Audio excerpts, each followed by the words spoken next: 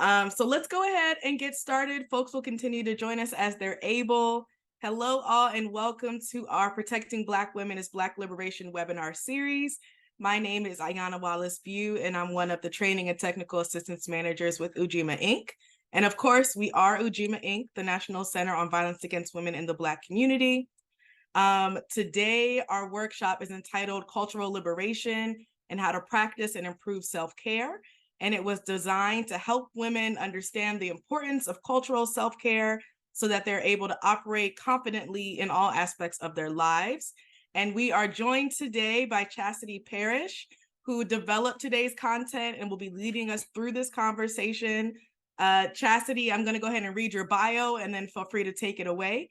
Chassity Parrish is the CEO and founder of Road to Map for Moms, LLC.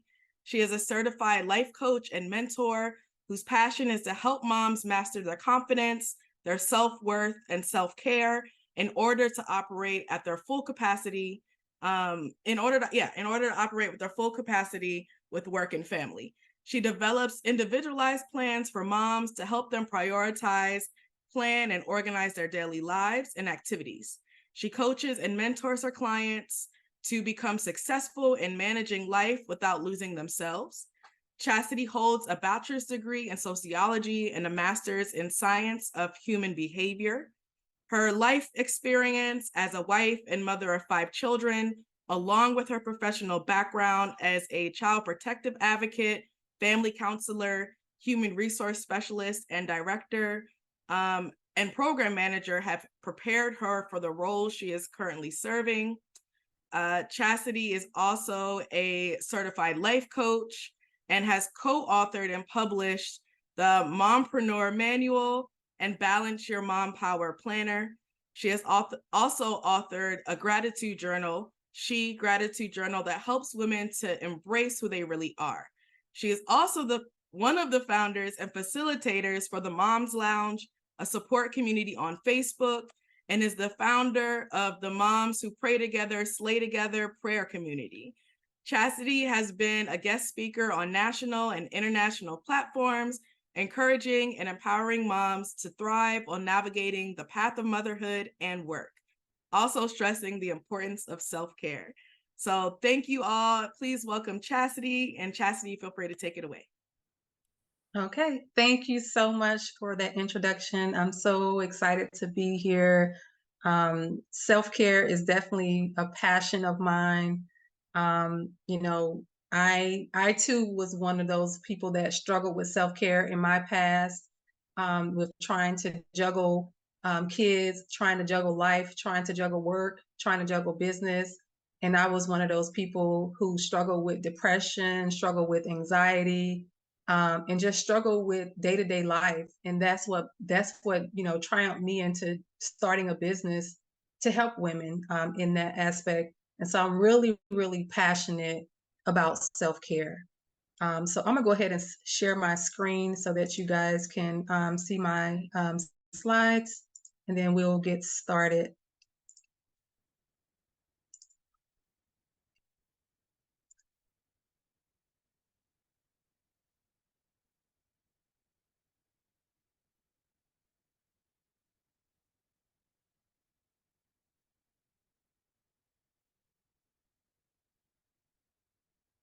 Okay.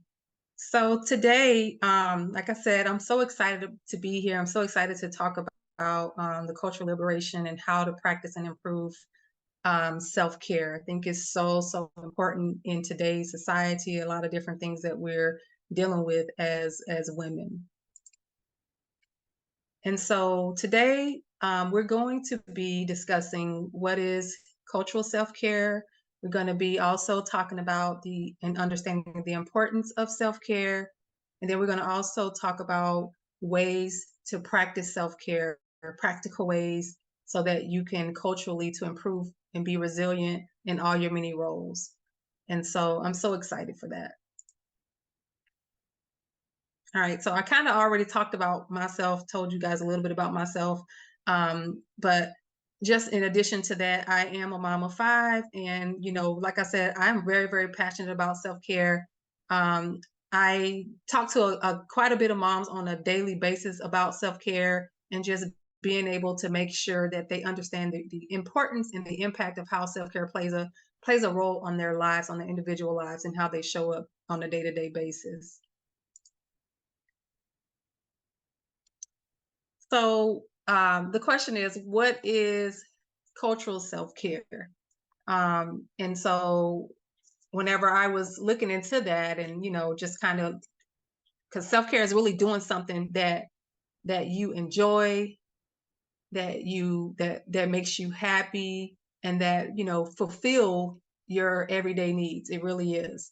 But for cultural self-care, it is really about involving nurturing and celebrating your unique identity as a woman. And depending on your culture, have to embrace that side of it. And it's really also acknowledging the diversity, and just being able to encompass and practice the empower and uplift each other, and fostering a sense of self-worth and resilience and personal growth. And I wanted to share also a few examples of cultural self-care that you can look into. So one of the things that you can look into is like engaging in like research and readings to learn about the influential things that women take part in all the different cultures, like celebrating your contributions, sharing your stories, different things that you achieve in life, and even within even within all the different cultures. In addition to that, participating in women's empowerment events, like participating in conferences, workshops, seminars. In addition to that, that focuses on empowering women within your cultural community. And within that, these events may also like address like gender equality, leadership, and personal growth that will help move you forward within your personal growth. And also, in addition to that, connecting with female role models, like connecting with those women to help you, so that you can seek out and connect with those women, so that you can learn and you can be inspired by them. You may be able to inspire them within your cultural community. And you can also learn from their experiences, and seek guidance, and to build supportive bonding relationships. I think that's so important.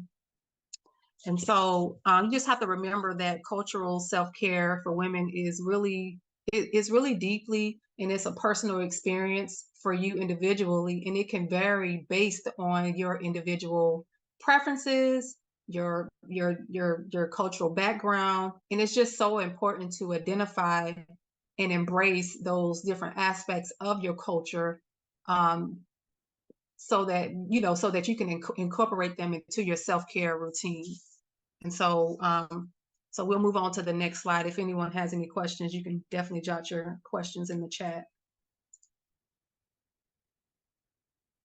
Okay, so now we're going to talk about how self-care helps improve self-expression, self-awareness, and personal growth. Okay, now culturally, self-care can greatly improve your well-being. It provides a sense of belonging, empowerment, and self-acceptance. One of the things that you can do that helps you to move forward in that process is engaging in self-care activities to help you to connect to your roots, like your cultural heritage, your different values. Identify affirmations. The affirmation can foster like a greater sense of self-awareness, self-acceptance, and self-esteem, which are all vital, to your well-being. Is very, very vital to your well-being. And in addition to that, I would also say community connection. Cultural self-care involves, connecting with others that share a similar cultural background and experiences. And this helps you to build those like-minded relationships with those individuals. And it also helps to reduce the feeling of isolation, and can help improve your mental and emotional well-being, especially if you guys have a lot of things in common. You can share relatable challenges, share relatable obstacles, different things that you're facing, and you can talk about those things. Okay. And then next, I'm going to share that cultural self-care, it also empowers us as women to be resilient and to find your strength and to also share your achievements within your cultural community.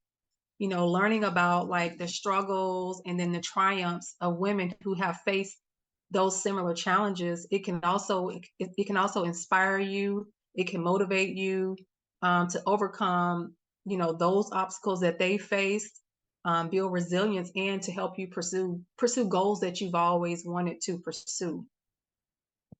And in addition to that, engaging in cultural self-care activities encourages self-reflection. You're able to look within yourself, and it allows you to gain a deeper understanding of your own values and, and your beliefs and aspirations, because we all have different beliefs, but you're looking within yourself to see what your beliefs are. And this helps you with self-awareness, and it helps you to make choices that align with with your views and with your authentic self. And it also fulfills yourself and especially your well-being. It improves your well-being. And lastly, cultural self-care, such as activities that you involve in, can serve as a form of stress reduction. Like, we don't really think about that, but getting involved with your culture and staying connected, with like-minded people, it helps to reduce stress, and it gives you relaxation. You can do different techniques, engaging in practices like traditional arts, music, dance. Those different things can help provide a sense of joy and tranquility and rejuvenation. These activities definitely do improve your mood. It decreases the stress, and it also helps to, improve your overall well-being. Okay. And so in addition to that, self-care plays a crucial role in enhancing your self-expression and your self-awareness. So, for example, like if you're prioritizing your self-care, you give yourselves time and space needed to explore like your emotions, your thoughts, your desires, which ultimately can lead to better self-expression. You're able to express yourself, you're able to speak up, you're able to advocate for yourself. And engaging in these activities promotes self-care. And in addition to that, such as journaling, meditation, pursuing a hobby, um, you tap into your inner selves when you do those things, and you gain a deeper understanding of who you are and what truly matters to you when you're really taking the time to pursue self-care. And in addition to that, it heightens your self-awareness, and it allows you to really communicate your needs and your desires, whether it's on the job, whether it's with your children, whether it's with your significant other, whoever you are around. You're able to really communicate your needs and desires effectively within that situation. And furthermore, self-care nurtures personal growth, and it provides, the tools that you need to develop and evolve. Like, it's part of your evolution. It allows you to recharge, reduce stress, and maintain a healthy work-life balance. And it also improves your well-being. So if you're taking care of yourself physically, emotionally, mentally, you definitely will be better equipped to face challenges and obstacles, in different situations that come your way, because you will be in a place of peace, and you'll be able to adapt to those situations that come up. Okay. All right. So we're going to go on to the next slide. Okay. Self-care. Why is it important? Okay. So self-care, I believe self-care is important because it helps to maintain your overall well-being, prevents burnout, it reduces your stress, promotes healthy relationships, and it's just vital to living a fulfilling, balanced lifestyle. Now, there are various types of, cultural practices for self-care that you can indulge in. but you want to choose practices that align with your values. That's so, so important. So I know I touched on that earlier. I talked about meditation, but I want to dig a little deeper. Meditation and mindfulness. Um, Practices like deep breathing, mindfulness techniques can be found like in various cultures and religions. These practices allow for individuals to focus on the present moment, and it allows you to reduce stress, and it promotes mental well-being. Next is prayer. Like if you're a Christian or if you practice any type of spiritual beliefs, prayer is a way to contact and absorb God. It is a way for the human spirit to contact the spirit of God, and it's like you're telling God what's in your heart. You're communicating with God as you grasp his will, communicating with God through his words and feeling especially close to him. That's a place of peace for you but it's your choice. And in addition to that, yoga. Some people like to do yoga. Yoga was originated in ancient India. And so people use that, it's like different physical movements. They use breathing control and also a little bit of meditation in that. And it offers other benefits such as physical fitness, relaxation, and mental clarity. And in addition to that, cultural cuisines. Cultural cuisines are so important. So like preparing and enjoying traditional dishes can be a form of self-care. People don't realize that like you can, enjoy a dish, one of your favorite dishes that's part of your culture. That definitely kind of helps. It can help with your mood. It allows you to connect with your cultural heritage. It nourishes your body, and you find joy in the cooking process. So those are some of the forms um, of self-care that helps to prevent burnout, reduces stress, and it just promotes healthy relationships.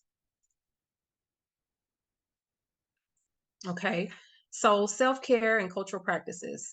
There are various cultural practices for self-care that you can indulge in. However, you want to choose practices, that align with your values, like I said, in general.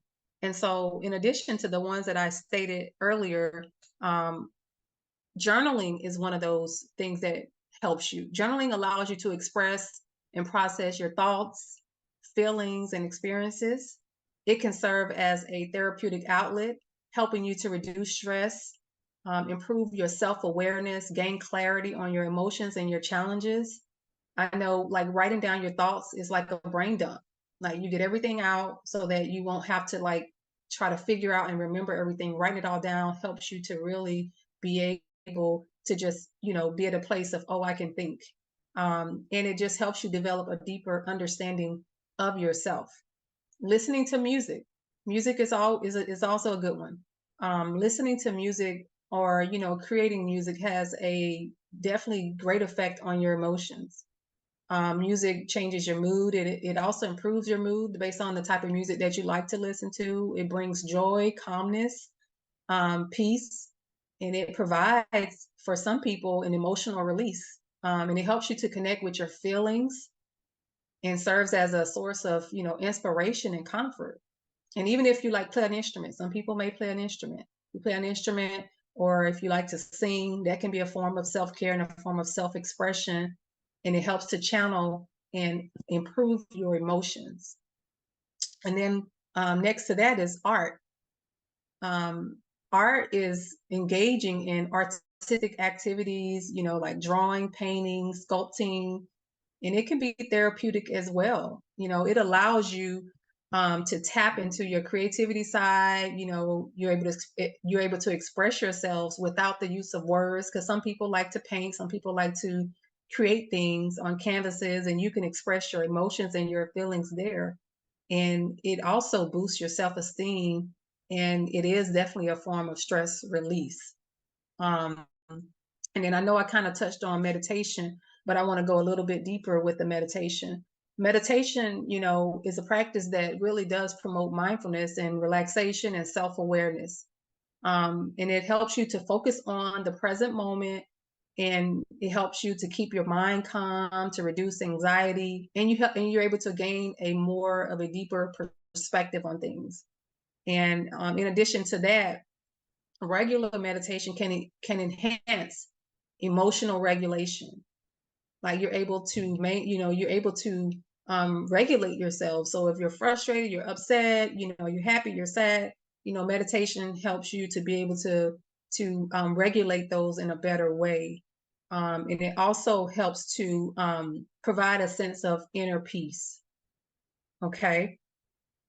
And so all these practices, contribute to, emotional, spiritual, psychological self-care, and it helps you to really, go down that avenue of self-expression, reflection, relaxation, and personal growth.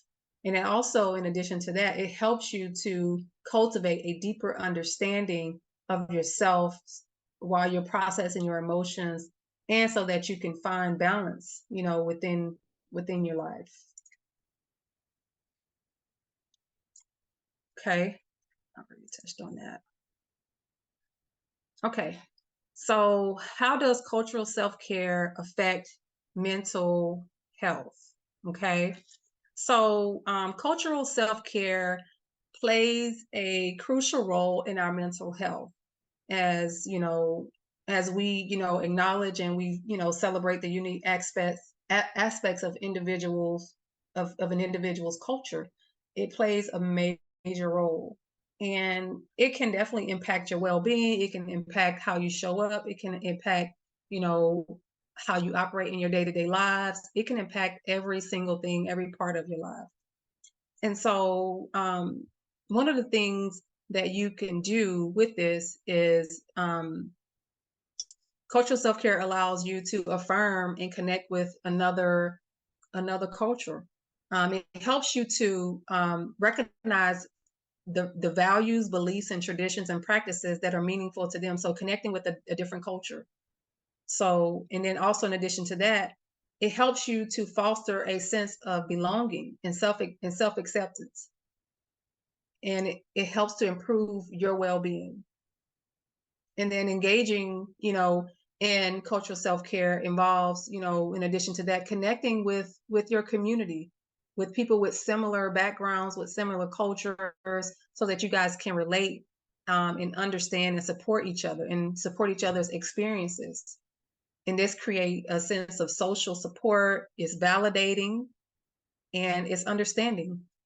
And this connection, helps to combat the feelings of isolation.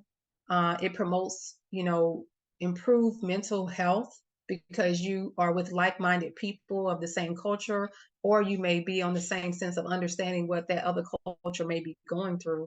And then it also increases your resilience. Okay. And then lastly, I want to share is, you know, how cultural self-care has an impact on mental health. Coping with discrimination, like that's is discrimination, and the stigma out there. Cultural self-care can act as a protective factor against the negative impact of discrimination and that stigma. It provides being able to be with like-minded people that are in your same culture. It provides a sense of resilience, pride, and empowerment. You're able to connect. You're able to talk about the same issues that you guys are experiencing. You're engaging in the same cultural traditions, practices, and it can serve as a source of strength. And it allows individuals within the same cultural to navigate and to cope with those challenges that you're facing within that culture, and you're able to talk through and you're able to work through those things. And so um, embracing and nurturing the cultural aspects of mental health is so important, and it enhances your overall well-being, because you're connected and you're working together to process through those feelings together. Okay. All right. So now we're going to talk about practical ways that you can practice self-care. So one of the things that you can do is you can set aside 15 minutes a day in the morning or at night to engage in something that brings you joy or relaxation, reading a book, bubble bath, yoga, cup of tea while listening to music. Something simple, something where you don't have to spend a lot of money, something that can help you feel centered. Self care is really about something that helps you to feel centered and helps you to feel happy. It helps bring you joy, and you just feel good about that moment. And I would say number two is um, engaging in a physical activity that you enjoy, such as walking, jogging, dancing, playing a sport, getting into a hobby to release those endorphins to boost your mood is so important. We don't realize it, but working out or doing something active like walking or doing a hobby, playing a sport, that definitely does a lot to improve your mood. It really does. It helps to reduce stress. It helps to, it just makes you feel better about yourself in general. It boosts your self-esteem. It boosts your confidence, and you just feel better about yourself, right? Okay. And lastly, um, making it a point to spend time with your loved ones, family or friends, if you can, do activities with them, and even having meaningful conversations, and you can also engage in games and then just nurturing the relationships, with your family members or friends, the people that you are close to. It creates a sense of support love and support, and it is vital to your self-care. And it just makes you it keeps you and it makes you feel balanced, makes you feel balanced. And so the benefits of practicing, self-care just improves your mental well-being, in your personal growth, and it fosters that sense of connection and improves, yourself. Okay, so here are some things that you can do, um, that you can practice doing that'll help to improve your mental well-being, your personal growth, and a sense of self. Um, well, the benefits of practicing self-care to improve your mental well-being. I'm sorry. So the benefits is number one is your mental well-being.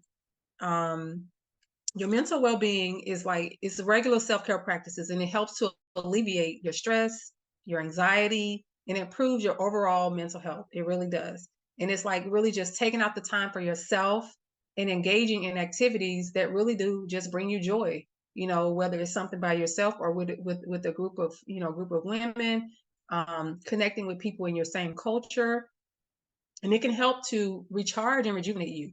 And it allows you to prioritize your mental and emotional needs, and it leads to improving your mood, your increased self-esteem, and you have a more positive outlook on life in general. And then the next one is personal growth. When you prioritize self-care, you invest in your personal growth and your well-being. You engage in activities that challenge you, inspire you, or help you to learn new skills, and you're basically fostering your personal growth. It can be pursuing a hobby, learning a new language, reading books, attending workshops, anything like that. It's taking care of yourself, and it really does allow you to expand your horizons. You gain new perspectives on things, and you just become a better version of who you are. Okay. And then the next one is fostering connections. Um, Self-care isn't always just about focusing on yourself, but it's also about building and nurturing relationships. When you prioritize self-care, you can create a healthy balance in your life, which enables you to show up fully in your relationships. you know and so if you're taking care of your own needs, you'll have more of the energy and the patience and compassion that you need so that you can give to others, whether it's your friends, whether it's your children, whether it's your significant other, or whether it's people on your job, wherever it is, you'll have that compassion to give. And then you're able to deepen that connection and create shared experiences to strengthen those relationships too, because you're really taking the time to take care of yourself so that you can build those connections, right? Okay. And then in addition to that, The last one I would say is improving the sense of self. Self-care is an act of self-love and self-acceptance. Like you're taking the time to to basically accept who you are. you know. So when you prioritize self-care, you send a message to yourself that you are worthy of care and attention. Like you're worthy. You're telling yourself that you're worthy of everything, that is designed for you. And it helps to improve your sense of self and enhancing your self-awareness, your self-esteem, and engaging in activities that align with, you know, with your values, that align with your passions, that align with your inner person and who you and your strengths and your desires and what you like, so that you can additionally, live the life that you desire to live and to live out your purpose and to gain your sense of identity. So practicing self-care is one of those holistic approaches to nurturing your mental, your emotional, and your social well-being. And it just allows you, at the end of the day, to grow, connect with others, and to develop a deeper understanding and appreciation for who you really are. And that's okay. Okay. Um, so now we're going to talk about the technology and digital platforms for cultural community engagement and self-care practices. So the use of digital technology and cultural engagement, other forms of self-care practices definitely can, in addition, contribute to building resilience in many ways. And so one of the first ways is digital technology. And so with technology, which is, I have it listed as digital tech, it can provide like various tools and resources that support self-care and that can really improve your resilience.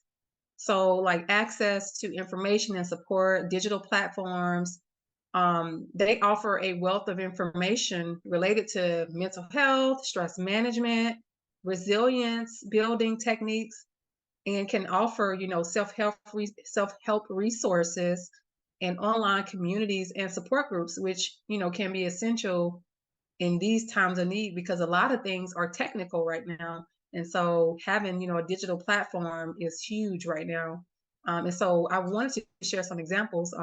Good App is one of those community apps, goodtherapy.org. That's another one. So those, like, resources are like right at your fingertips where you can reach to help you to be able to access, like online communities, online support. And so next I want to talk about remote support therapy. So this digital technology enables like remote access to like mental health professionals where you can get therapy, counselors, video calls, online platforms. This, is accessible, and it just ensures that you have support and availability, even when you're dealing with challenging situations, and you're dealing with, really difficult obstacles. And I think this really came more about when COVID hit. So some of the things I wanted to share is Headspace. That's one of the like mental health counseling platforms. Talkspace, the Calm Out, that kind of helps like stress and then Haplify. Those apps are definitely, help you to decrease your stress, in regards to mental health. And so I know that a lot of medical facilities are using digital platforms because you can do virtual appointments now. So it's definitely, a lot of virtual support for mental health that's available and to help with self-care. In addition to that, so there are also like digital platforms for stress. So there are various apps and digital tools designed to promote relaxation, mindfulness, and stress reduction. And these apps, they offer like guided meditations, breathing exercises, soothing music, nature sounds that can help manage stress and help you to build your resilience and also improve your mood. And I know a couple of them is YouTube. Like you could go on YouTube and you can type in, water music and it'll play water, or you can type in sleep music and it'll play sleep music. You can type in stress reduction sounds and it'll play some stress reduction sounds. Eventbrite, they offer like different classes, free classes on yoga. They offer like free things on, how you can reduce your stress. Apple offers stress reducing apps and mindfulness app, and it's verywellmind.com. They offer various digital tools as well to help promote the relaxation and mindfulness. Okay. And so in addition to that, like cultural engagement, like engaging with cultural activities and practices can help with that, also help to improve resilience. So when you're doing that, it helps you to connect, belong, and like participating in like those events, those celebrations, traditions, anything that's within your culture can help contribute to providing a network of relationships and a support system, like going to like a church event, an art gala, social event. Like I said, in addition, before I talked about the art, dance, storytelling, all those things allows for emotional expression. And it also provides an outlet, a creative outlet to process your emotions, to release stress. And so that it helps to enhance your resilience and helps you to be able to operate in the way that, in the way that you would like to operate.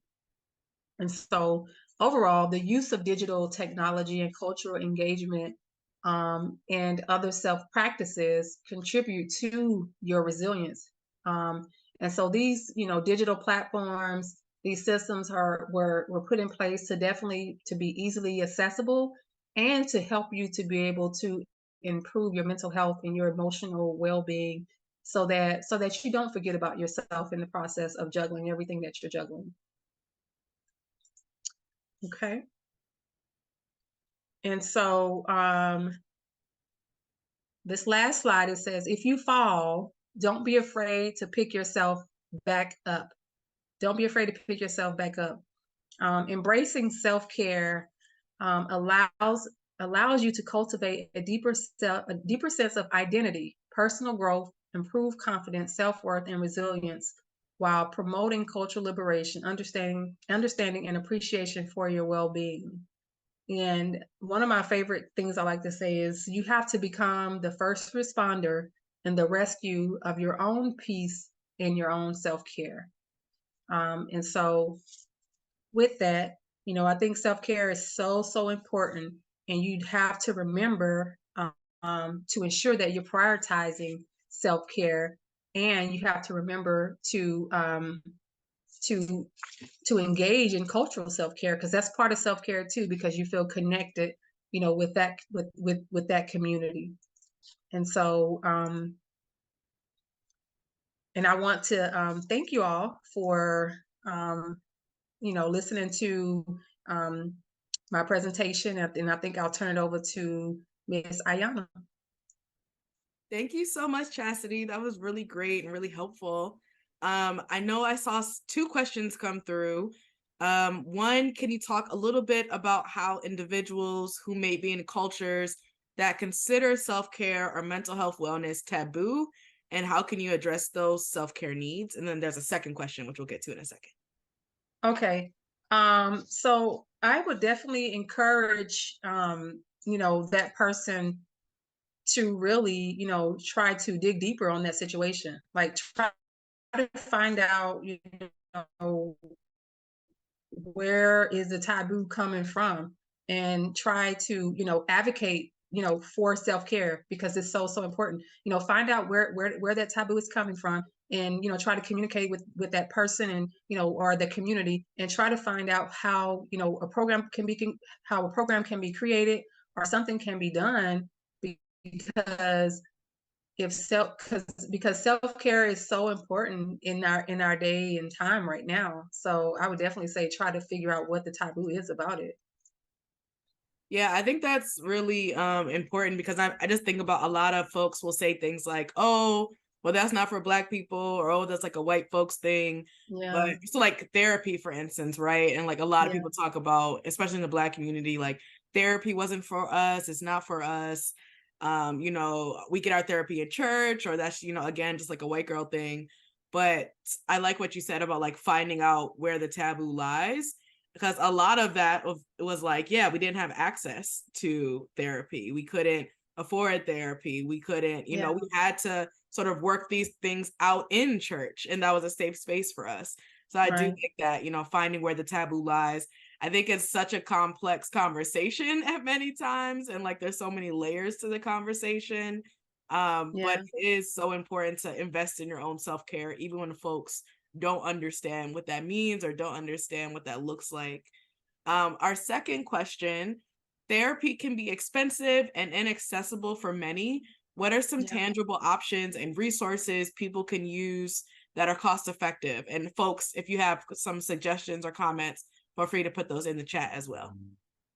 I would say there are some resources out there. I would have to share it. Maybe I can send it to your email. But there Sure. are some resources out there for where some organizations may offer like 10 free sessions, of therapy. So there's resources out there. And I know for the people that may say, wait, oh, I can't afford therapy or this and that. You can look into getting a mentor. There are some free mentorship programs that are out there that can help you process through some things, help you talk through some things, and be a support system to you. I would say, and additionally, joining a private group where there is a supportive community to take you in, where you feel accepted, where you feel like you can be free in who you are, and they probably have even more additional supports and more resources. But definitely reach out into a community and definitely seek out additional resources. But I do have some resources in regard to mental health that I can send you in your email if you would like for me to do that. Yeah, that'll be great. And we'll share it out Yeah. to everyone on the call after. Okay. Um, and so I'm also wondering, so I was really interested in your background, the work that you do on social media. I was also interested to know like what are some of the biggest, I would say, themes that come up when you talk about self-care and why folks can't engage in it or may not feel comfortable, or like some of the barriers. So maybe let's start with that one. So I would say some of the barriers is burnout. That's honest, burnout. So a lot of times, a lot of the women and moms that I work with, they struggle with asking for help and really just being honest with themselves and saying, you know what, I can't do it all. I cannot do it all. I need help. And so a lot of times we as women, we say, we want to wear this superwoman, supergirl cape, and we want to just, do it all. And we don't want people to see that we need help or to know that we need help. And so we're not honest with ourselves and saying, you know what, I'm gonna be vulnerable and I need the help. And so then that tends to lead to burnout because we're not asking for help. We're not asking our community. We're not asking our friends that we trust. We're not asking, if we have a significant other. You're not asking your mom or your siblings. Um, like you're not asking for help, and that's like the major barrier that I deal with on a daily basis. And then that tends to fall into no self care because you're trying to do it all. Hmm. And it's Yeah. really, we especially see it for Black women and other women of color of like, that's the expectation though. And so Yeah. sometimes you grow up and you don't even realize that, I might be stuck in this pattern of go, go, go, do all the things. Yeah. And I like can't even conceptualize what taking time to myself would look like. And Yeah. so, yeah, it makes sense why people then don't ask for help, because they don't Yeah. know that, you really can invest in yourself in a different way. Yeah. Yeah. Yeah. And can you talk to us a little bit about sort of your background and how you've moved into really focus in on self-care? I know you have both the sociology background, you've done, child welfare work, you do human services work. What sort of brought you into this space?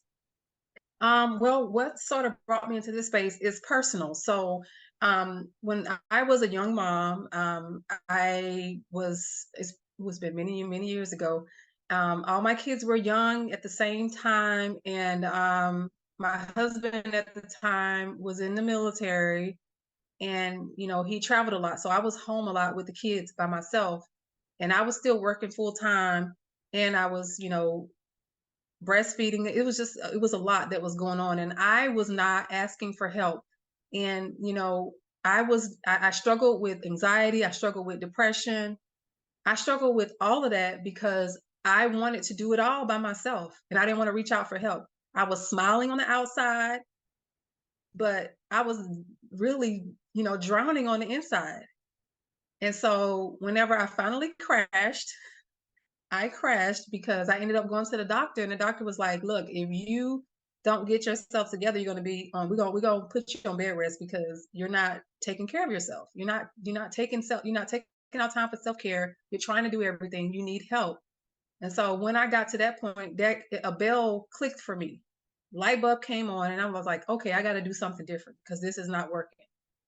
And so that's how I really got into taking out the time to say, you know what? I was like, Mom, I need your help. I can't do it all by myself.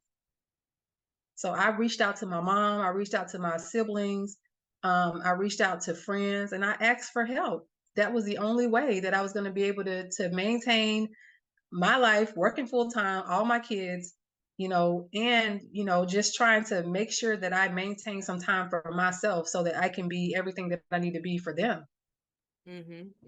And I think that's so important too, because a lot of folks will assume that when they ask for help or when they want resources, people will think they're failing. And just because you ask for help or just because you ask for resources does not mean you're not doing amazingly in a lot of other categories in your life. But it also Right. just means you need to really do some deep self care so that you can continue in the work or just like every day maneuvering through life in a Yeah. positive and like meaningful way. Absolutely. Absolutely. And I tell moms all the time and women that it's brave to ask for help. Like it is so brave to ask for help because if you don't, you're going to be, you're going to be agitated. You're going to be snapping at your kids. Like you're not going to know if it's today, tomorrow, you're going to miss appointments. Like what I'm telling you is what I did. I was snapping at my kids. I was missing doctor's appointments. I didn't know if I was coming or going. It was just so much that was happening because I did not have control of anything. Mhm. Like Mhm. I didn't. So Yeah, and I was also just thinking about how when you learn self-care, you're able to model it. And so, right, like disrupting certain patterns, like even generational trauma of like, we haven't taken care of ourselves for a couple hundred years in yeah, the fullest way. And so, what does that look like for how we pass on trauma to families or yes, to our children or to our community? And so, there's a comment in the chat. I think it's Araba. Um, was saying she's reflecting on Men's Mental Health Day and noticed that on social media, a lot of men were unaware of how to practice self care. Do you mhm. have any thoughts for men wanting to practice self care? Any specific strategies, even? Yes, I would say, and I'm saying this because my husband, I had to push him to do self care.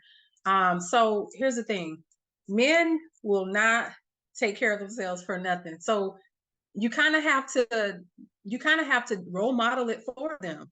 So whenever I started taking care of myself, and he would be like, "Where are you going?" I'm like, "Oh, I'm going to the spa." Like I'm like taking care of myself. And he was like, "Oh, well, maybe I should do something for myself." I'm like, "Yes, you should." So it's almost like you have to model it for them, but also encourage them to do it. So I think it's important to, to support them, but also, like say, hey, I'm concerned about you. I want to make sure you're doing, just kind of have that nurturing conversation to help them to see that, oh, you need this time for yourself. You need time away from the family and from the kids and from the day-to-day life. Like you need to go take out time to go do some things that you like or pick up a hobby. Um, my husband, he's an introvert, and he don't have no he got like one friend. He don't really talk to a lot of people. And so now he has a group of guys that he talked to. He goes golfing like every week, which I love because I think that he needs that time away. So I think it's important that we definitely encourage the men to tap into self-care because men, just like women, men are taught to, especially in our community, Black community, we're taught to just keep going, leave, let it out, overwalk our emotions, don't talk about nothing, and keep going and not even worry about, oh, you need to take a break. Then we're not taught to take breaks. And so I think we just need to have those conversations and talk about it and let them know that, hey, we care about you. We want you to be successful. We want you to be resilient. Those things like that. Mm-hmm. So there were two things that came up literally just now when you were talking. One was about, it's just a comment about there are a lot of schools that are now implementing like meditation instead of detention. And I just think that model is going to be so transformative for like how kids learn to regulate their various emotions that they feel and Yeah. also just like be in community with other people. So that was just one comment. But speaking of hustle culture and like that go and that grind mentality, a lot of folks are like living in that and some folks are very happy in that. Some folks are like trying to figure out how to rebel against, this hustle culture. Can you talk to us about how wellness sort of lends a balance to that or even helps us push past this? We have to go, we have to grind, we have to constantly do, we have to constantly do more than other folks too. Can you sort of speak to that?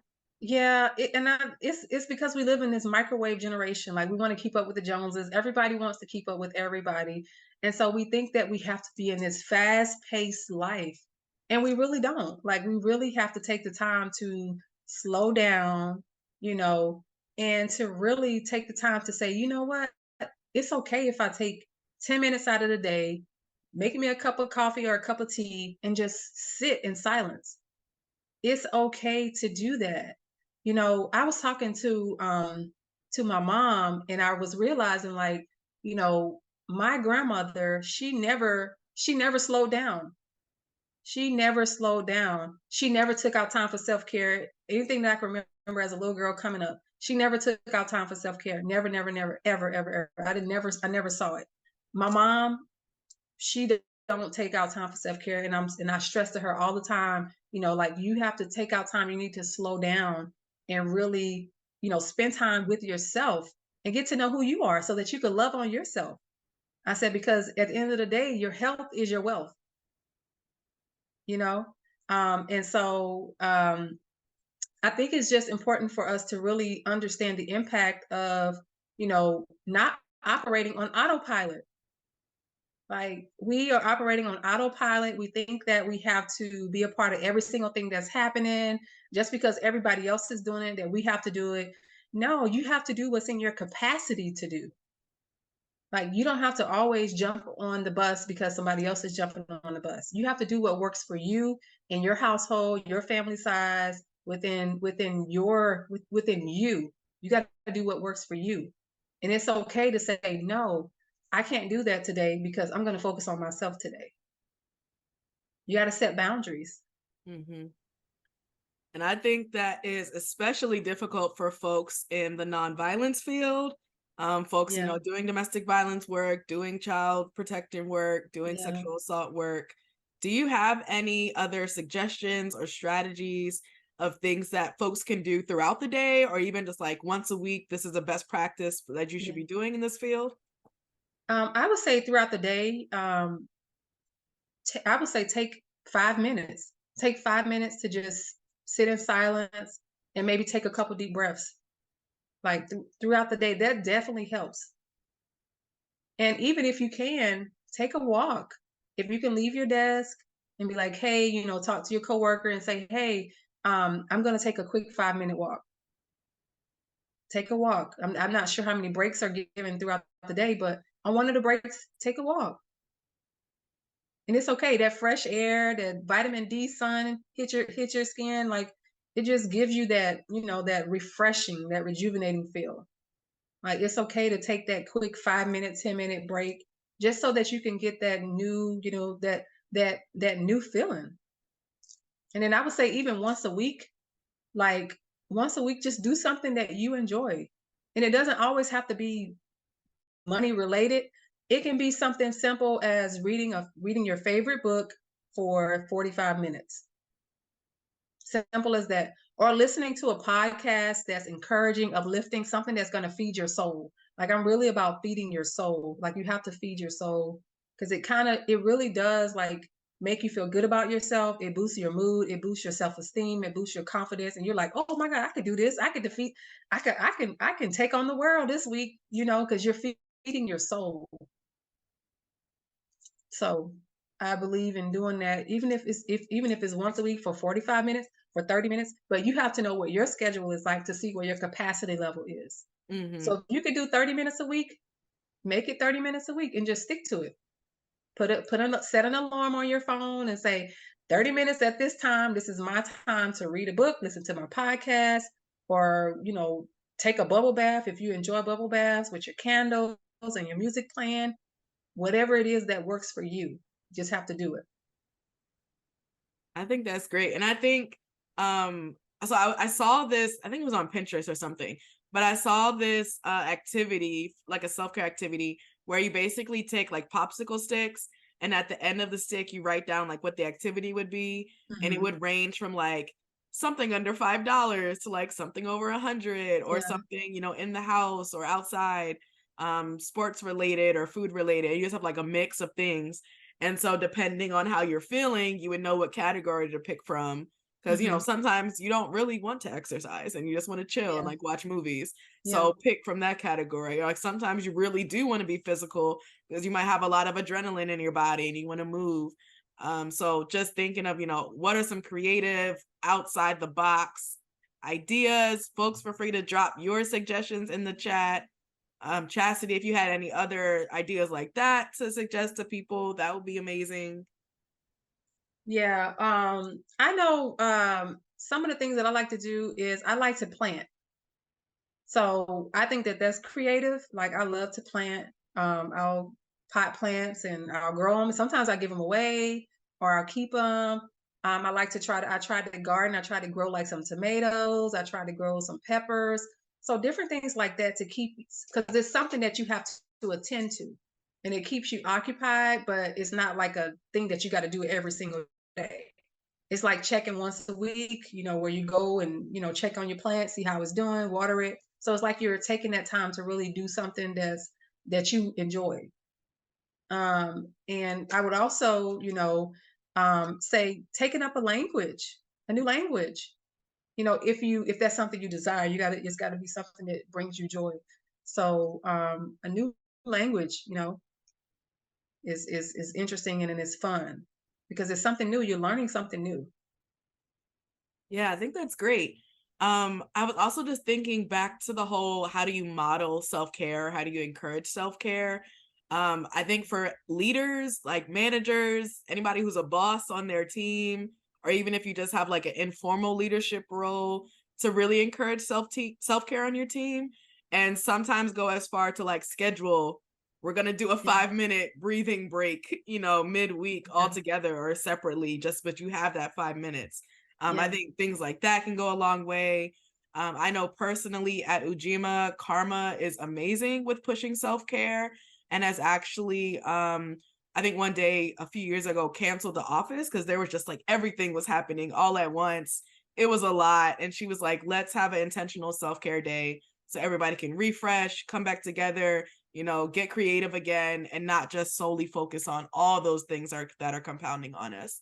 And sometimes take an organizational stance to say, I want to make sure everybody's going to be okay and be here for the long run. So we're going to do this self-care together is really a great strategy. Folks, did anyone have questions or comments for Chassity or for the full group? Any resources you all wanted to share together?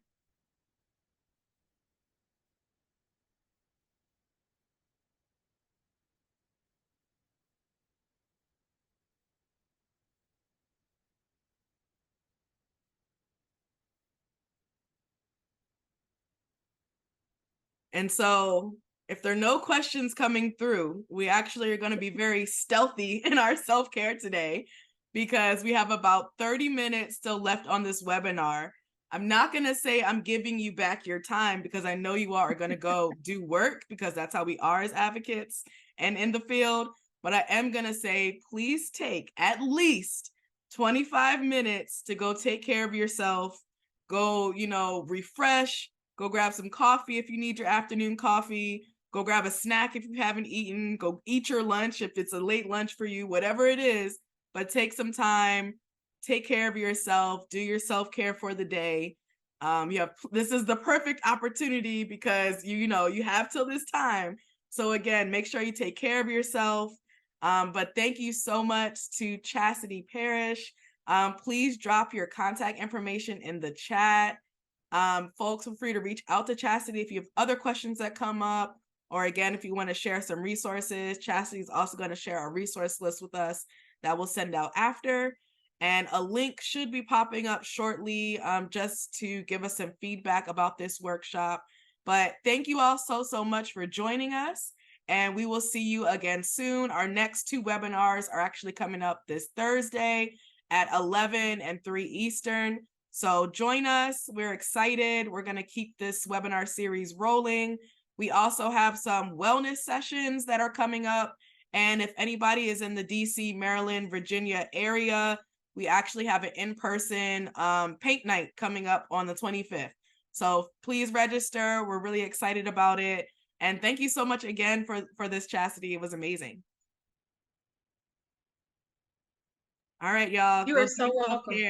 Sorry about that. No, you're great. I realized my thing was on mute. No, you're good. Thank you so much. Have a great one, you. everyone.